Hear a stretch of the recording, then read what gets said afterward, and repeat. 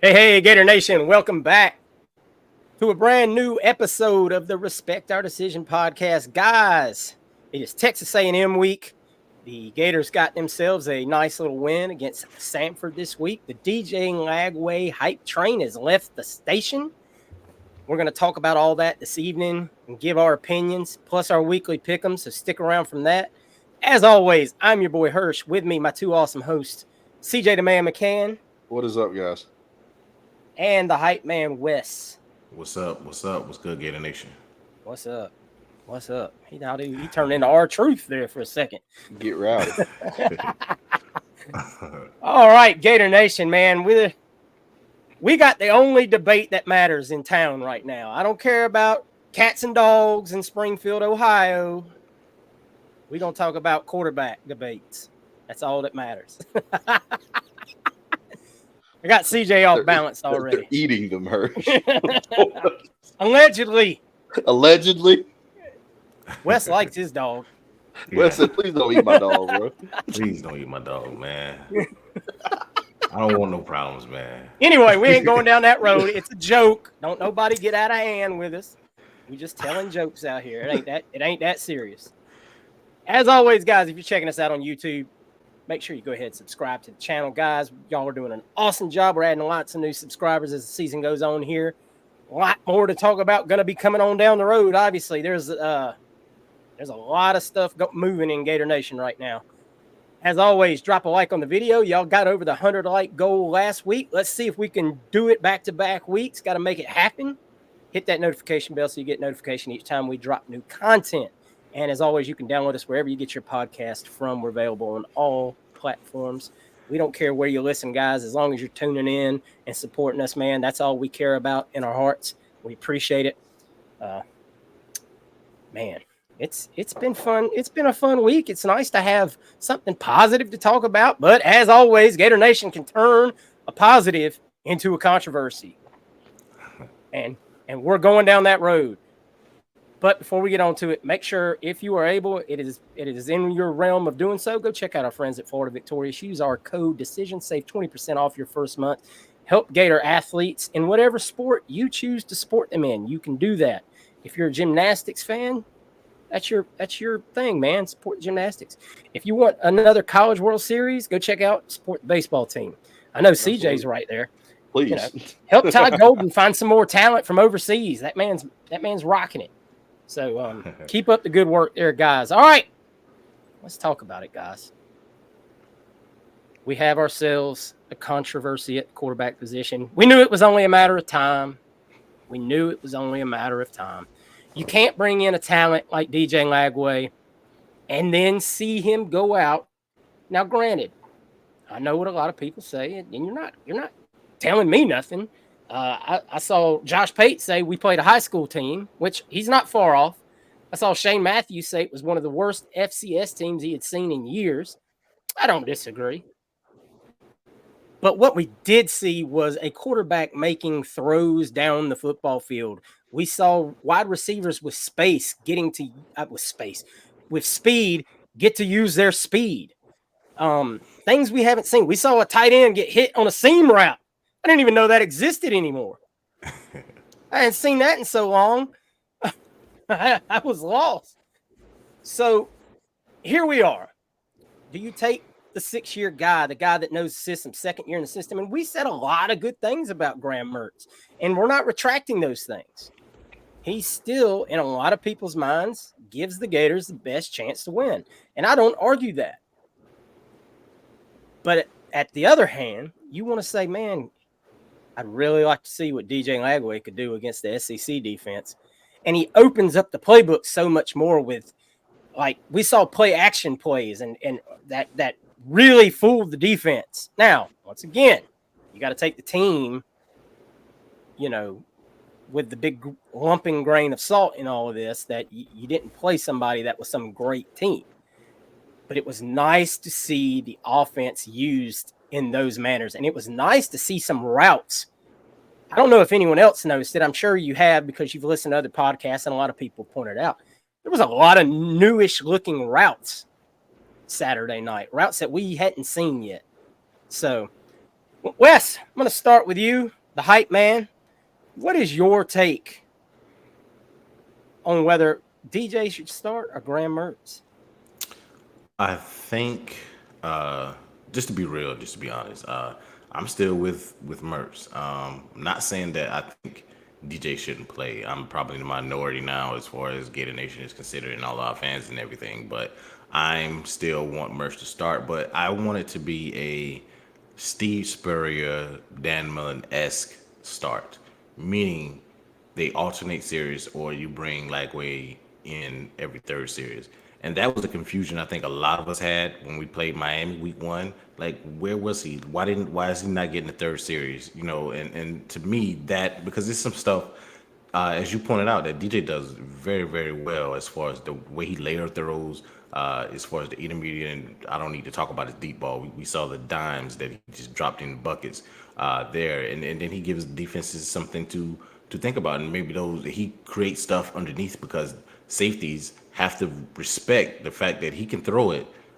Maybe not like AR threw it. If you guys hadn't seen that throw, which I'm pretty sure everybody has, but he can throw it like AR could throw it. So I love what I saw from DJ, but I don't. Of course, he's a true freshman. It was his first start, and it was the type of team that you would want to have your first start against, unlike AR starting against Georgia. So he did some positive things, but I think his pocket awareness is something that he has to work on, and feel the speed is something that I think he hasn't even against. He needs more cleats too. I'm tired of seeing him slipping when he tries to plant and take off. He's been doing a lot of slipping, but the speed in the SEC, which we all know, is like going from even the SEC to going to NFL. I saw Jaden Daniels this weekend realize as fast as he is, there's some things you got to recognize that this is another level and everybody's fast too. So, but I'm with Merch starting and still easing DJ in. I don't want to throw him to the wolves yet, even though we don't know how really good Texas A&M lost to Notre Dame. Notre Dame lost to Northern Illinois. I don't, but Texas A&M has some guys out there. So I would like for Merch to still start and then bring DJ along slowly because I feel like still some things within the pocket, and I don't trust the offensive line yet to have him. If we had a good offensive line, CJ, I'll be fine. But I'm not confident in the offensive line to just throw him out there and say, "Hey, it's your ball, run with it." I do not Pause. disagree My with that bad. last point at all. Real quick, CJ, before you give your points on this, it was just announced. Nick Delatorre just announced it from Billy Napier's press conference. And if you haven't heard it by the time you listen to this podcast, this will be some new news for you. The Gators will no longer be releasing a depth chart on Wednesdays or a depth chart at all. From now on, they will just be releasing an availability report per the new SEC rules on Wednesday night at 8 p.m. So, yeah, that's where we're at. I don't know, That's a coach thing though. That's like a curveball, I I guess. Like, don't give them sure, anything. Which but if you're I telling don't know. who's available and who's not, I mean, you're not really. I get it. They're still going to have to prepare for both guys, and they were going to anyway. Let's not even, CJ. I know you've had your thoughts on this. You've shared them with us. Go ahead and share them with everyone else. I talk about DJ Lagway, and I'll tell you this: there's you can take like a chart and you could write one side with what the positives are and what the negatives are. DJ has an arm talent that we haven't seen out of a quarterback, other than maybe Anthony Richardson, but he's got more touch on it than I think Anthony has. It's not just a bullet; he can throw it. He's got a massive arm. He can step up. He can move. He makes it harder for defenses to game plan for him.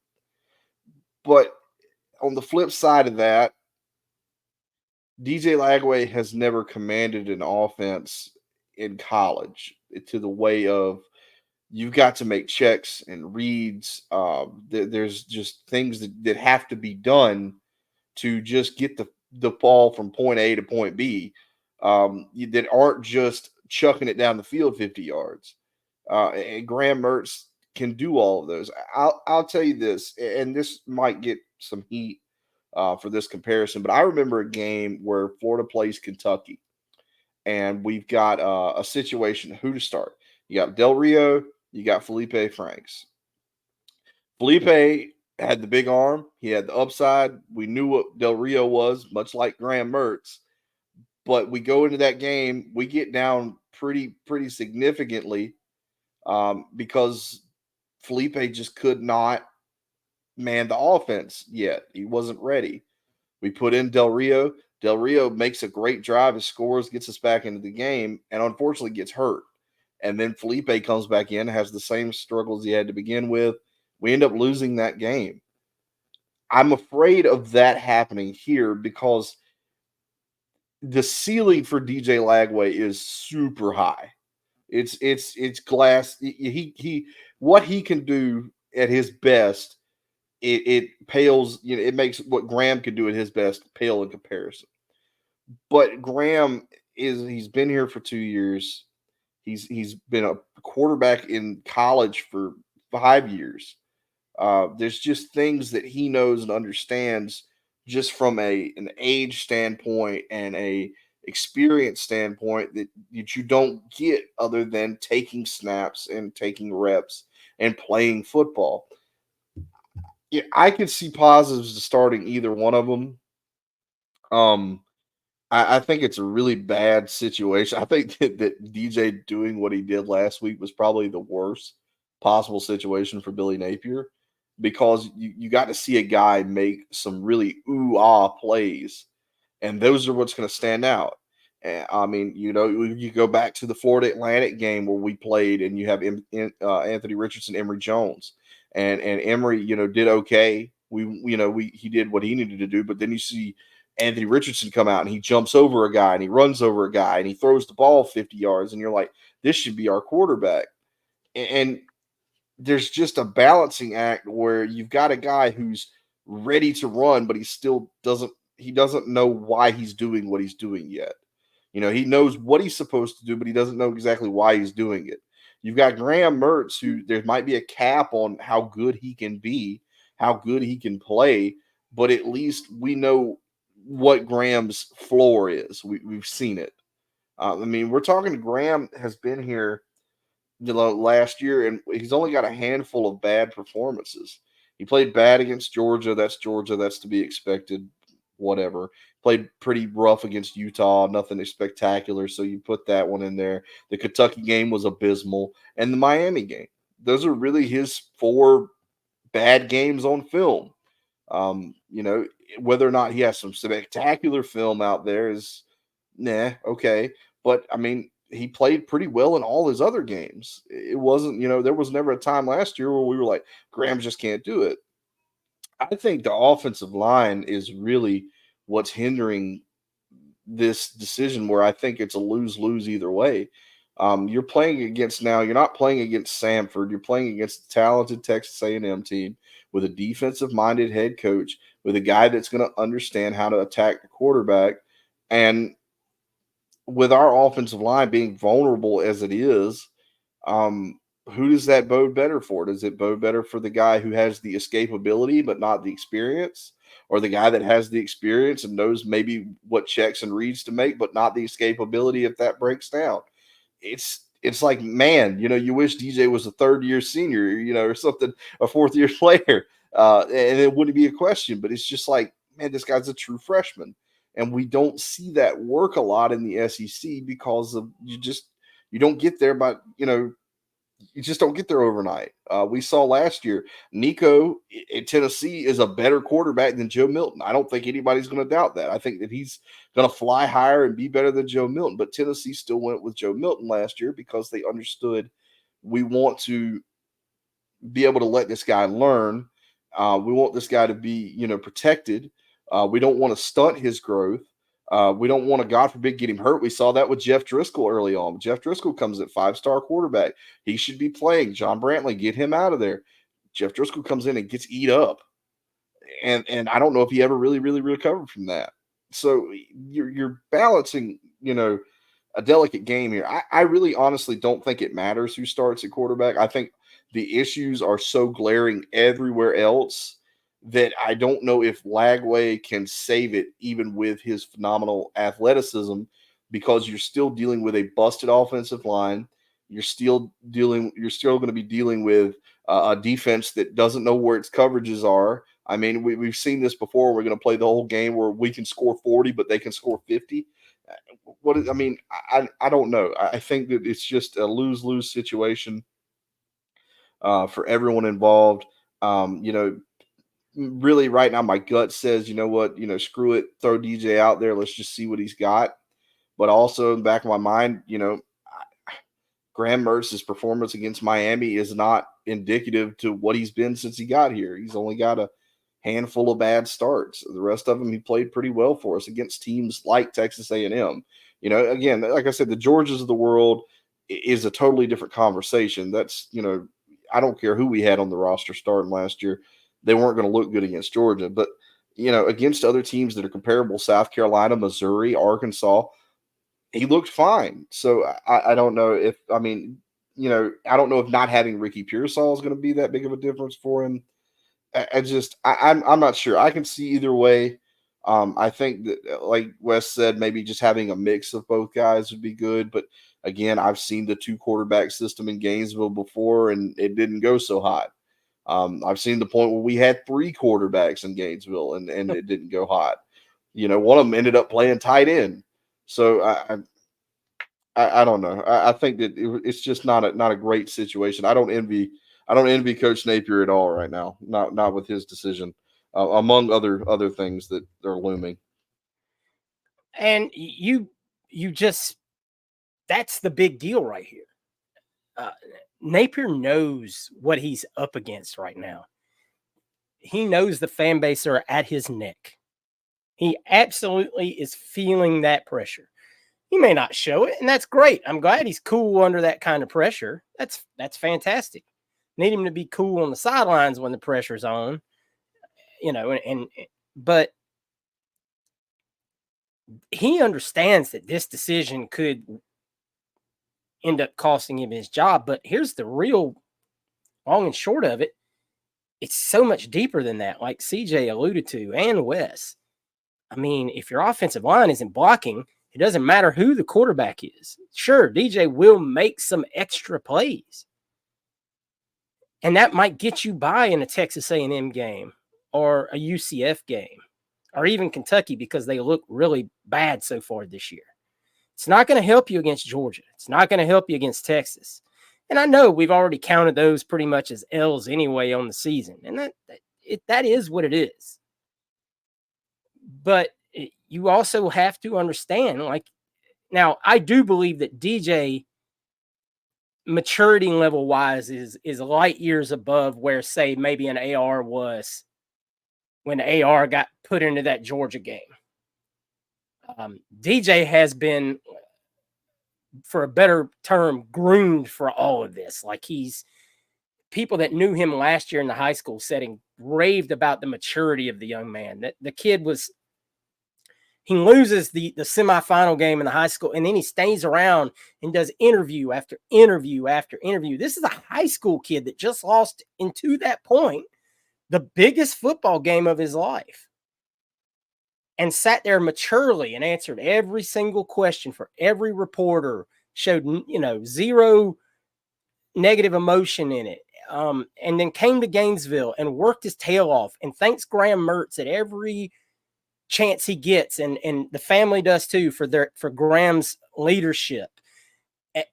So the kid's got the head on his shoulders, where I don't think if you put him in a bad situation, he's going to be like, man, I think he's smart enough to know it's not a great situation right now. And all you can really do is just make the best of it and see where it goes. Now, it all falls back, though, to who does Billy Napier ride out this storm with? And that's, Godspeed on that decision, because we know what we're at now. I mean, we're at, for a better term, death's door right now. Billy Napier's job is at death's door. You either win the winnable games that we talked about from the very get-go, which we're about to start on right now as we talk about the Texas A&M game here. You either win those winnable games and I don't know of any of them now. I think any one of them now you could look at and say you can lose that game after what we've seen so far. And that's bad. We're the University of damn Florida. Excuse me. We shouldn't be looking at this slate of games and saying, well, I can see how they could probably take advantage of our defense not playing well and score a bunch of points. And if our offensive line doesn't block, you know, and that's just pretty much every football game. But there came a time where, especially at the Swamp, you weren't worried about those things. And right now we are. So this Saturday in the Swamp, Texas A&M comes. Texas A&M has lost 10 straight road games. Let's go ahead and get that out of the way. A lot of people are talking about that. Now, that's Jimbo Fisher's record.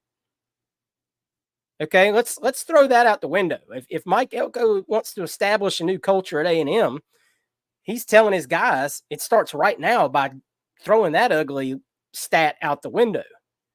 There would be nothing better right now to make people believe that Mike Elko can get it done at A&M than doing something Jimbo wasn't able to do for years, is win a game on the road. I mean, so obviously they lost their first game to Notre Dame in what was a tight game until the fourth quarter, and Notre Dame eventually pulled away. And then they blew out McNeese State. They only played their starters for about a quarter or so this last weekend, where our guys were playing well into the third quarter. Well, we rotated a lot of guys. I mean, but our starters still were playing in the third quarter. I'd love to look at this game and say I'm not impressed with what A&M brings to the table. But two of the things they're bringing to the table are Jay Bateman and Coach Chaos. And those are two guys that have sat in, meeting rooms with Billy Napier. They've watched they've watched this team practice.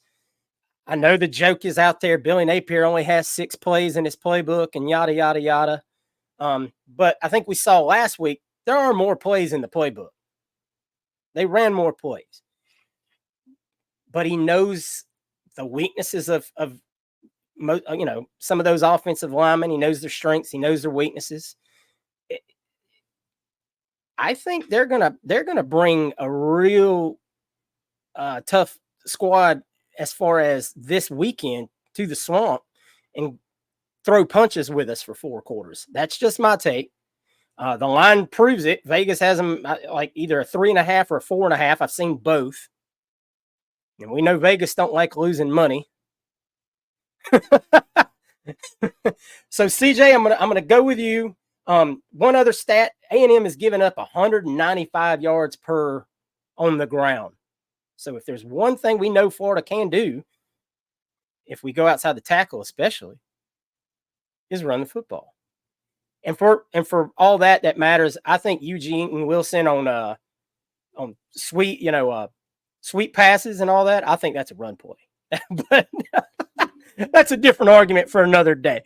CJ, what's your feelings on this game? What's your barometer on it? I'm really torn. I'm not sure how to feel about this game. I felt a lot worse about it prior to Notre Dame losing to Northern Illinois. I think that kind of skewed how I felt about their game with A&M, because I thought Notre Dame and was a team that was going to be really good this year. And they still, I guess, could be, but I mean, you lose at home to Northern Illinois is not exactly. Could have been a trap game, the old trap game. Yeah, sure. Yeah, against a MAC school. I could see a trap game against Boston College or Duke before I could see one against the old letdown game. Northern Illinois. Letdown game. There was a lot of people that were let down. I think a lot of people's wallets. So I think Texas A&M played them really close the week prior. I thought it was like, okay, well, this is not good. Notre Dame should be a team that's in the top 10-5, and that means that A&M is on that level. But now I'm not as convinced of that. The problem is we're not good. So it doesn't make me feel any better. If we were any good, if we looked competitive against Miami week 1, I don't think I'm worried about this. But man, you're talking about a guy who knows your offense. He spent time in the locker room with the guys that you've got playing. He's got players on his defense that have played against these guys for multiple years. And we're not talking about guys that were fly by night transfers. These aren't Manny Nunnery. This is Scooby Williams and Jaden Jaden Hill, and these guys played significant football against these guys for multiple seasons. So it's just not. I don't know how to feel about it. I mean, at least I know Wegman isn't a like a really big mobile threat to our team, which Thank helps us Jesus. because God forbid if he was. So I think there's a world where Florida can win this game. I think on paper we should win the game, but I don't know if we have the competence to win the game. I think that's still where I'm going to feel that way for most of the season. I think there's a lot of teams, and we talked about it at the beginning of the season, knowing what we have, knowing where our talent is on this team, knowing how good of players we do have. We know that we should win these games. These are games that we talked about. These are the games you should win. We know the team's got it now. We were all on board, and then we come out and we watch us lay an egg against Miami, and just look completely clueless. So I don't know how you have confidence in this team going forward. Like I said, I still see, maybe the swamp is the swamp again, and it helps out a ton. God forbid we're not, thank God we're not playing at Kyle Field.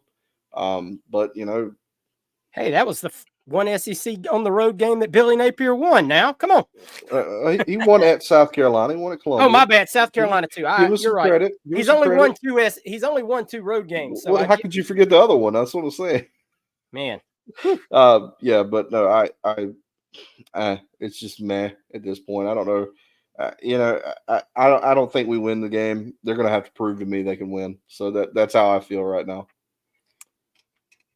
Wes, I mean, you're the hype man. You're going to have to bring the mood back up. CJ just took it all out, took the air out the balloon.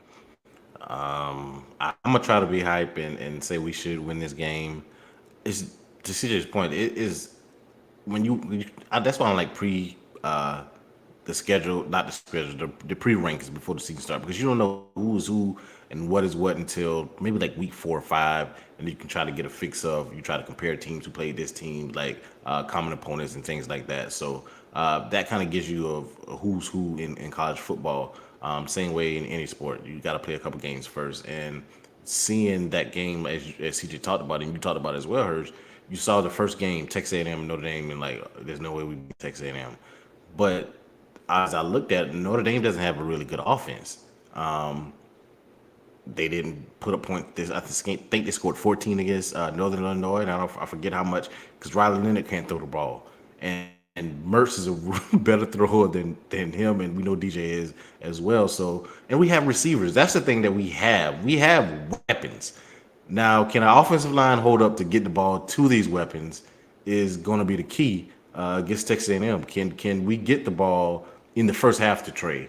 Not wait till the second half to, and I'm looking like, oh man, Trey is about to enter the portal right after this game. I'm scared because he looks disinterested. That last play that DJ threw him at the end of the half last week, I was like, oh shit.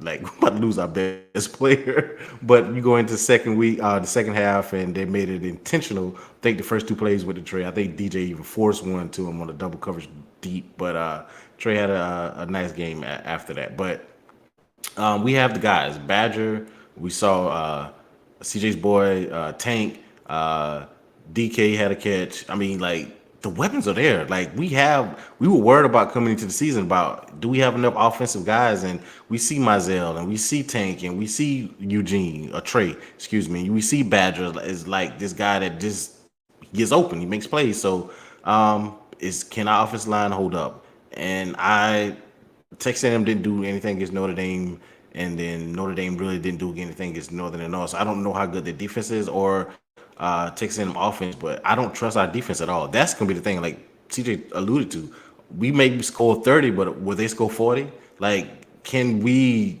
cover in the secondary? Can can we get finished plays? Like, can we get to the quarterback and not let him squirm loose and make a play? Like, can we bring him down and not have dumb penalties? A lot of times, I mean, even week 1, my guy Boone with the against Miami, I think it was personal foul, roughing the passer. Those are the things that we have to do. We have to be disciplined. We're not a team, especially on defense, that has room for error. We can't have not false starts, offsides, jumping offsides. We can't have pass interferences. We can't have those things. And for the love of God, can we get freaking turnovers? So many balls were on the ground last week, and we didn't get them. Like I harped on that at the beginning of the season, man. Like that drives me crazy. Like the way we take care of the ball offensively, we take care of the ball. I don't think we had a turnover week 1. We didn't. We did have Mertz did throw a pick in DJ 2, but those 2 picks aside, the game was already done. So I mean, in the course of the game, where the game is nip and tuck, where we are close, where the game is really a game, we take care of the ball usually. That's something I can say about Billy Napier and his team. We even with I think AR had a couple turnovers, but we take care of the ball usually. But defensively, can we force turnovers and can we get them? Like the fumbles, we forced fumbles. I saw Sapp like try to do a dive on the ball, man. Like it is baffling to me. Like we can't turn the ball over. If our defense is going to be bad, if we're going to have that bend don't break defense, we have to capitalize off the forced fumbles. And when there's a chance to be made, a play to be made on the ball, we have to get picks. I think one of our questions coming into the season was, can Jason Marshall get 3 picks?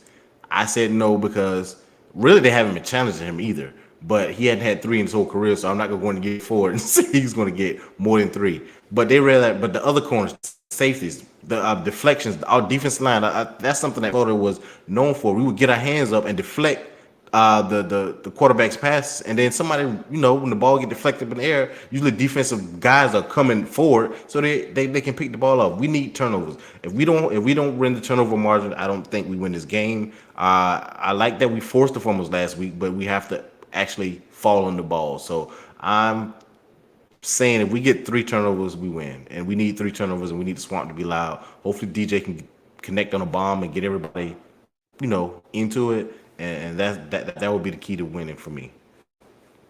Yeah, you're bringing that up about the turnovers, man. And this morning I took the time to watch the defensive breakdown by the guys over there on the I forget what it's called, the GPN. They do the break.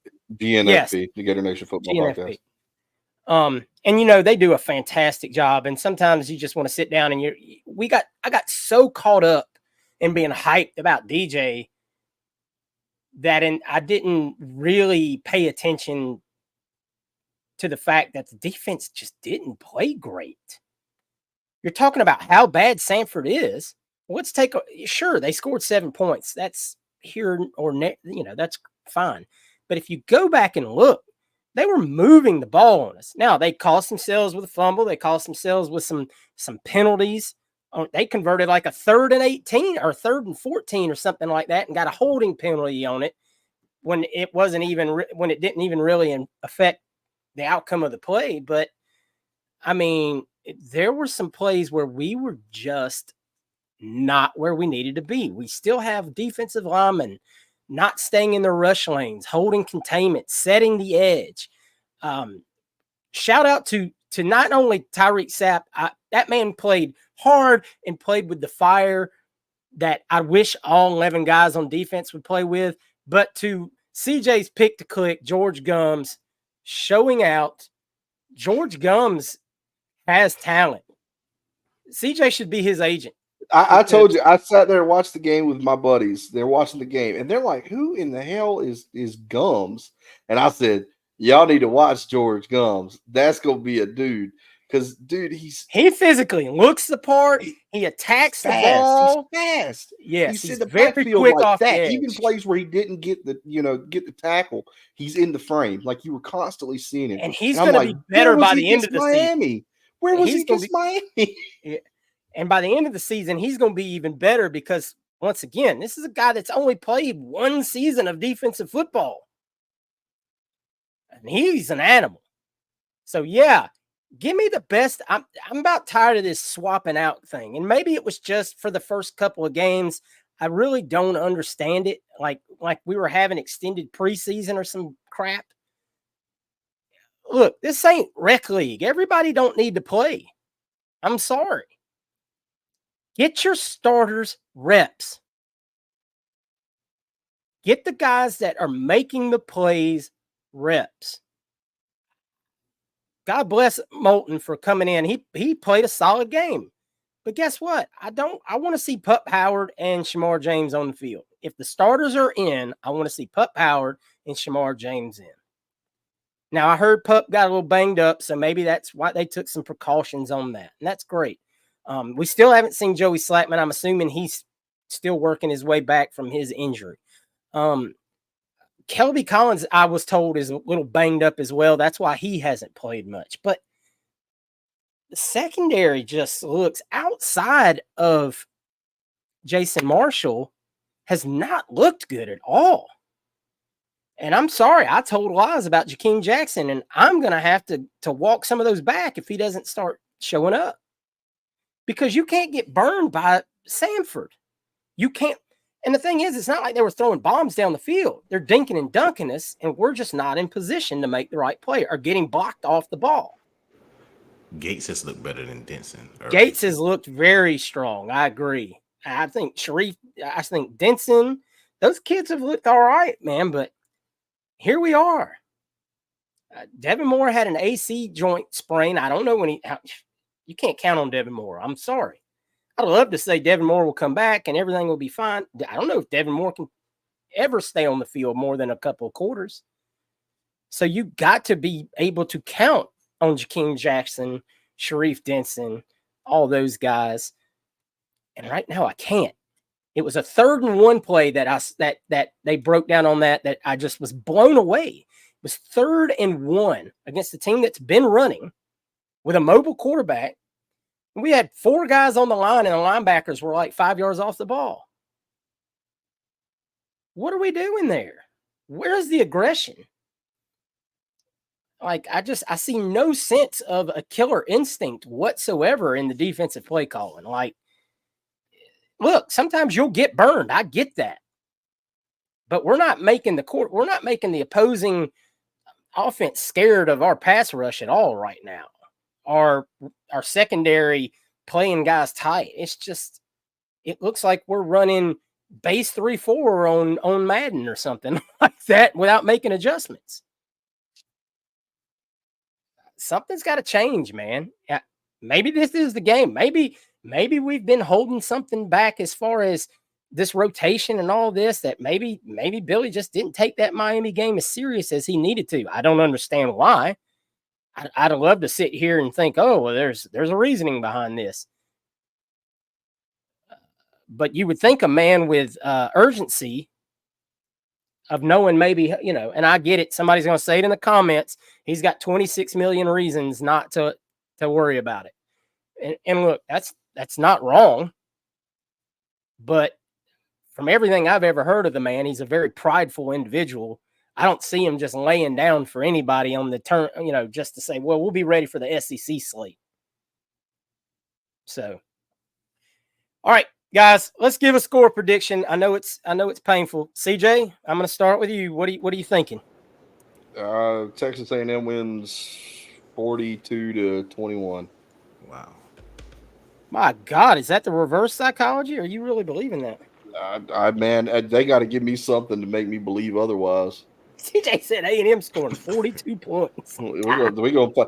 I'm telling you, man. I've seen this before. I've no seen field goals, no miss, no. I've seen teams that come in that didn't have a pot to piss in or a window to throw it out of, and they come in the next week and play us, and they put 30 or 40 points up. They scored 10 the week before. I watched Arkansas come out there and score 45 freaking points. Look, if they give up 42 points to A&M, I don't know if that man makes it to church on Sunday. I'll help him move. I told you, I'll help him move. I'll go help him. I'll get to you all right now. All right. Wes? 31-30. My God. Florida. All right. You know what? I'm actually picking the Gators to win this one, and I don't really know why right now. I don't have enough faith, but I think they're going to mix it up enough, and I just haven't seen enough from A&M's offense. And I'm going to go 20-17 Gators. Because I don't know. Josh Pate made another good point about this game. This is a game somebody loses. This is one of those games that somebody loses. Yeah, somebody loses. We finally fall on one. Yeah, this is going to be like this is one of those games like Notre Dame. Like he brought up the Arkansas game as being a game that somebody lost. Arkansas had that game, and we're going to talk about that. Pick Ems coming up. Here we are, guys. Boom, boom. Pick Ems. Week 3 of the Pick Ems is here, guys. Last week, Wes and CJ both went 7-3. They both had a signature victory out there. I believe. Let's see, what was it? CJ got the Syracuse. CJ got the Syracuse victory, and who was Wes's big Arizona State, wasn't it? Arizona State. Wes picked the home team against Mississippi State and grabbed himself an extra win. That makes it. And I was 6-4. Got a little risque. Georgia Tech let me down. Mississippi State let me down. It's what it is. On the season, Hirsch 13-7, CJ 13-7, West 12-8, still in that trailing from behind. Gotta stay He's close. 1 game back. Don't worry, Wes. We left Georgia off the slate this week. You got a chance. I picked every game. I picked every game but 2 games this week because I was unsure. I was like, man, we got some tough games this week. We got some 50-50s in this slate this week. I made these boys think. No gimmies. All right, we're going to start it off. Memphis at FSU. Now, a few weeks ago, this wouldn't even been in the slate. This would have been a gimme. But I ain't sure now. CJ, Memphis comes to try to get some revenge on their old coach down there in Tallahassee. Who you taking? I'd like to believe that Memphis pulls it off just for my sanity. But I just don't think that happens. I think Florida State finally gets it right. I think they beat them. It ain't gonna be pretty. I think it's gonna be ugly.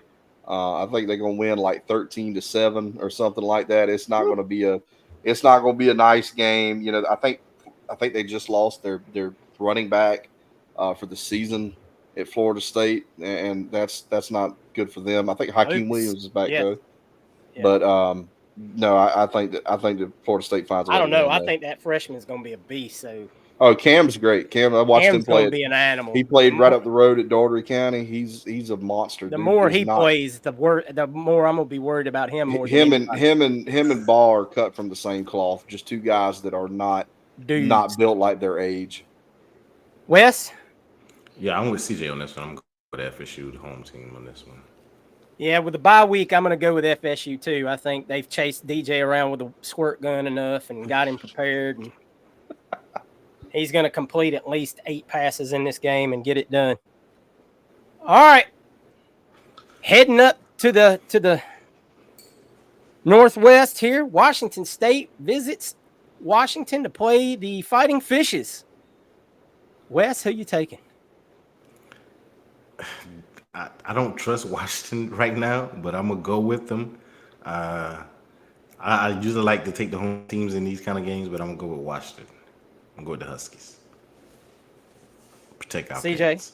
Yeah, I'll take this Pac-12 that was matchup, the Apple Cup. I'll take the Washington Huskies.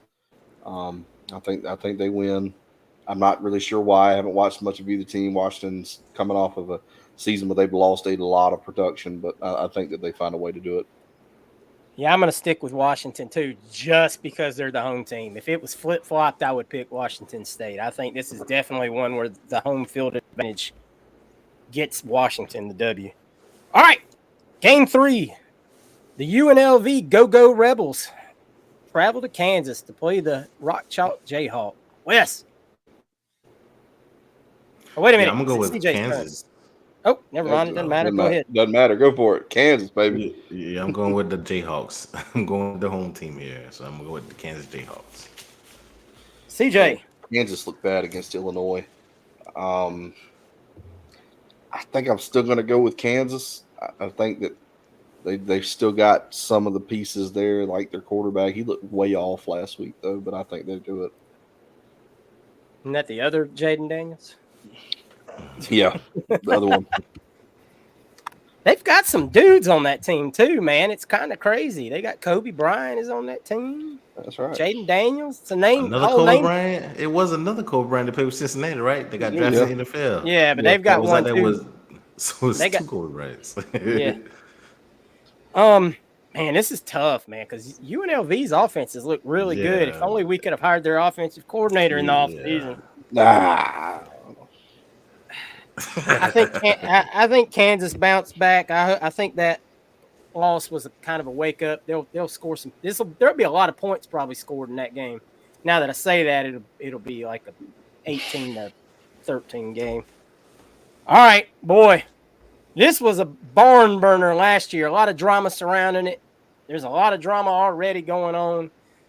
Colorado and Coach Prime travel to Colorado State. CJ, you know Colorado State's wanting to really get into this one. Yeah, they are, but they ain't nobody on that team as talented as Travis Hunter. So I'm taking the Buffs. I think Coach Prime gets it done again, but we saw, when you face similar competition, like we said last week, they played Nebraska. I just don't think that Colorado State's got the horses. Wes? This is one of the games I didn't pick. It was just he's nervous. Look at him. He's shaking his head. I don't know who to pick, man. But I'm gonna go with CJ too. I'm gonna pick Colorado. I think they have a little bit more talent than Colorado State. So, I'm with you guys. I think the Shedeur Travis Hunter combination is gonna get used some more. They might both have a career day because that's all they have. And Shiloh's out. I don't know if that matters or not. The defense couldn't get any worse. We're on the Seton hype train, man. If Seton, when Seton's done in Colorado, give us a call, please. Yeah, we'll take you. So give me Colorado. But man, that's going to be another one that's going to have a lot of points scored. Hopefully, it don't get ugly up there with those guys like it did last year. All right. One of my personal favorites here coming in. UCF travels out to Texas to play the Horn Dogs. TCU. Wes? Yeah, I'm going to go with you, Hirsch. I'm going to go with you. I know you can't pick against them. I'm going to go with the home team, even though I think we talked about it earlier. What CJ mentioned that UCF has looked good with their new QB in the Gus Malzahn era. I don't know. KJ looked rough that first game. You get his legs under. I'm going to go with TCU, though. CJ? Yeah, I'm sticking with the Horned Frogs. I don't really know why other than they're playing at home. Well, and as everyone knows, I'm contractually obligated to pick TCU every time they're on the slate due to a bounding endorsement contract with the Horned Frogs. I just want to say Ball USA, baby. I just want to say that the Horned Dogs are awesome. And go Ricky Bobby. All right. Number 6 game, Oregon State travels to the Beaver Den to take on Oregon travels to the Beaver Dam there to take on Oregon State. There's a lot of Oregons going on in here. Man, Oregon has been not impressive. No. Not impressive. Is anyone off the Dan Lanning hype train yet? I don't know. Streets are talking. CJ? No, I picked Oregon to win the national championship, so we'll keep on riding with them. I think the Ducks beat the Beavers. I think the Beavers just lost so much with their coach leaving and going to Michigan State that it's just going to be. I think Ben Goldbranson's their starting quarterback, and he doesn't do anything. That's an upgrade. Yeah, I don't think he does anything super. Not over Aiden Childs. It's not, but I don't think he does anything. We ain't talking about onomatopoeia over there.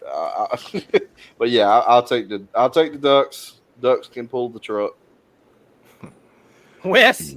Yeah, we've all picked the same team so far, so it might not be much of a shakeup next week. I'm going with the Ducks as well, man. I just feel like did they get right this week? This does feel like a game where probably they maybe put it together, rivalry game like that. I mean, I don't know though. Could get weird if they don't figure it out soon. Dylan Gabriel thought he was going to go up there and be the answer, and so far he's no Bo Nix. I think they lost. Didn't Oregon lose their offensive coordinator as well? No, Last year? they have not lost their offensive coordinator. Okay. My bad. That was another guy I kind of wished Florida would have at least made a phone call to. No, but here we are. No. We're good. We're running the power zone. All right. 7th game. Try to drop my pen. Boston College travels to Mizzou to take on Eli Drinkowitz and his electric car. Wes? Yeah, Mizzou hasn't really played anybody yet, but haven't given up a point either. So I'm gonna go with Missouri. I do like what Brian what his name is? Davis. What is dude name? Old Houston Texans coach and old Alabama offense Bill coordinator. O'Brien. Bill O'Brien. I like what Bill O'Brien is doing over there. I don't know where I got Davis from, but and I think and hopefully they can. I don't know if they have Miami on the schedule, but I would like for them to beat Miami. But I like what he's doing there. A lot of concepts from the NFL. He has a really good quarterback. I love that quarterback, especially him beating Florida State. But I'm gonna go with Mizzou. Mizzou has a soft schedule. They thought they had a soft schedule, but I think BC is gonna get them a fight though. But I'm gonna take Mizzou in the end. CJ. Yeah, Boston College with a quarterback from Waycross, Georgia, Ware County Gator. That's cool, I guess, but they ain't got Luther Burden and Brady Cook. So give me the Tigers. I think Mizzou wins this one. No disrespect to Boston College, but I think Mizzou is pretty legit this year. I think they'll probably be one of the top 5 teams in the SEC when we're done. I think Mizzou beats number 7 in the country. I think Mizzou. No, they're number 6. I 6. believe. Yeah, I thought you're probably right. 6. Yeah. I think Mizzou beats them and beats them soundly. I think they knocked their doors off, to be very honest with you. I mean, I watched Florida State game and that Boston College team. They did some nice things, but he takes his foot off the gas, man, too much. Like I don't like the way he trusts them yet. Yeah. Yeah. I think he'll have them right. Absolutely, he's right. on his way to getting them there, but this is way too tough a task right now. This ain't traveling to Tallahassee. We're just gonna call it what it is. All right, Arizona at Kansas State. CJ? Ugh. Kansas State liked to lay the egg against Tulane last week, and Arizona has got some guys. Yeah, that receiver's nice. They've got some guys. I'll take the Wildcats. I think Arizona wins this one in the newly formed Big 12. Even though it's at Kansas State, Kansas State looked a little shaky for me last week. Wes. What is Kansas State? What's the name? The Wildcats. When you said Wildcats, I was like, well, he's going with Kansas State. I thought so. I was like, oh, he's They're going both Wildcats. They're both Wildcats. That's I know when he said it. He Wildcat. Who's he going with? But I'm going with this is where we differ. This is where it's going to be decided. I'm going with the other Wildcats. I'm going with K-State. I like Arizona like you, but I'm gonna go with my picks that I have here. Yeah, I'm gonna go with the team I selected. So I'm gonna go with K-State. No, I'm going part ways. I'm going with Arizona. I like their receiver and I like their quarterback. I think that quarterback is a dude. I'm really surprised he didn't go with Fish to Washington. Man, and I mean they've got a good little offensive squad. Should be a fun game. All right. Getting into the nitty-gritty. Alabama travels to Madison to play Wisconsin. Alabama struggling with possible future Gator head coach Alex Golish last week. I had to put that in. That's a CJ comment. I had to throw it in there. USF fans keep telling us that we don't want Alex Golish, and I assure you, we don't. Now, we're not fighting you on that. We're not the ones that hire and fire, unfortunately. All right, Wes, who you taking? Roll Tide. Roll Tide, he said. CJ? Yeah, with Tyler Van Dukey back there starting for Wisconsin, I'm taking the Tide. I forgot he was there. Hey, they're 2-0, man. I don't care. Beat the number 2 out of them here in a minute. Yeah. Yeah, Bama's gonna roll up there, but that was a solid little matchup. And after Bama struggled last week, I figured it deserved a place on the slate. All right, now this one's gonna take a second here because this is the other one I didn't pick. I didn't pick this one either. 2 weeks ago, if you'd have put this on the slate, all three of us would have said the exact same thing instantly. It wouldn't even been a debate. Now we got to talk for a second. LSU travels to Columbia to take on South Carolina, and I'm not saying South Carolina looked like world beaters, but they gave Kentucky the business on Saturday, and that defense looked really nice. And I like their quarterback, too. I'm a big fan of that young man at quarterback that they got. So. Played my high school down here. I think everybody's going to just be wearing goggles around here if he keeps winning. They're going to, like the kicker for Georgia a few years back. Yeah. And there's the Georgia connection for you this week, Wes. All right, CJ, I'm going to let you roll first on this. Oh, okay. Yeah, South Carolina's got a lot of great pieces. You talk about the quarterback, Lenore Sellers. They've got Raheem Sanders running the football, Rocket Sanders now. From Arkansas, they've got Nick Harbor catching the football, massive dude. South Carolina just somehow just finds like a freak wide receiver every year. I don't know, but they do it. They're playing at home in Columbia. They look really bad against Old Dominion, but LSU did not look very good against Nicholls State. So I don't know how much that falls into it. LSU just feels weird right now. Like they don't feel like they've got it together. I'm going to take the Cox in this one. Wow. I think I'm taking all the Cox, every one of them. It's Cox all the way. All the way down.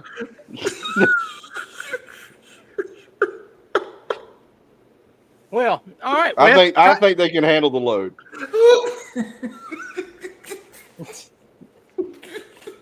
Wes, Oh God. Yes, sir. Wes, take it. It's all you.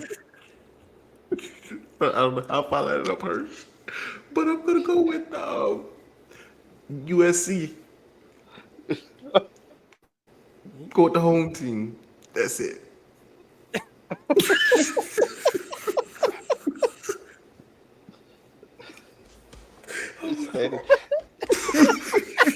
I tell you what, you're right about that kid. That kid, Lenora Sellers. They might be erecting a statue of him pretty shortly. He's playing like he's playing. All right, this is off the damn rails, boys. Oh man. All right, I'm not doing it. I'm checking the date. It's still September. Oh, it ain't Cocktober yet. I ain't picking no damn South Carolina. LSU goes into Columbia, grabs them a win, and Hurst takes the lead on the week. That's what I'm talking about. Woo! Riding the edge of a lightning bolt, baby. You know what old Rick says. It's a lot easier jumping on than it is jumping off. Yo, we average like 3 losses a week. So I'm funny that weird to see how these games turn out this week. I can't keep these alligators down. Billy Napier can. All right, boy. I just caught that. Oh my God, this show went off the damn rails. But we love it, guys. It's always a fun time.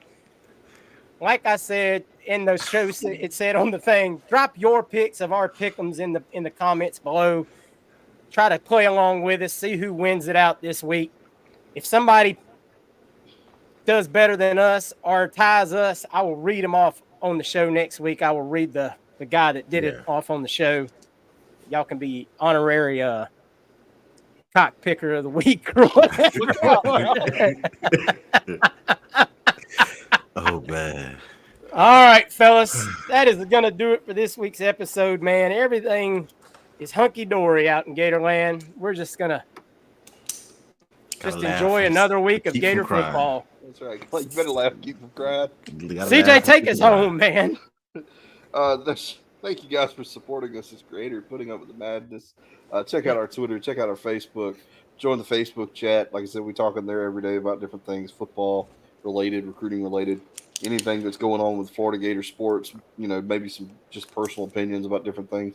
That goes on. It's a good group of guys, very respectful. So if you want to join that, if you're tired of the message board crap, come on. We'd love to have you.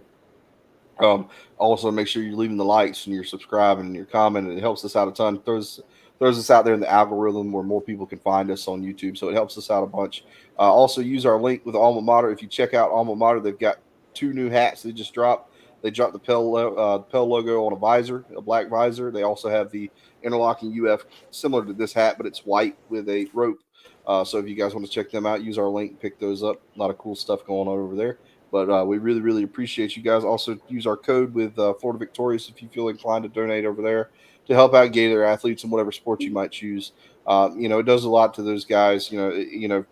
We joke back and forth here about different things going on with the coaching staff, et cetera, et cetera. But I wouldn't want to take that out on the players. It's just not their fault that things happen. So you guys be supportive of those guys, especially the ones that really, really want to be Gators.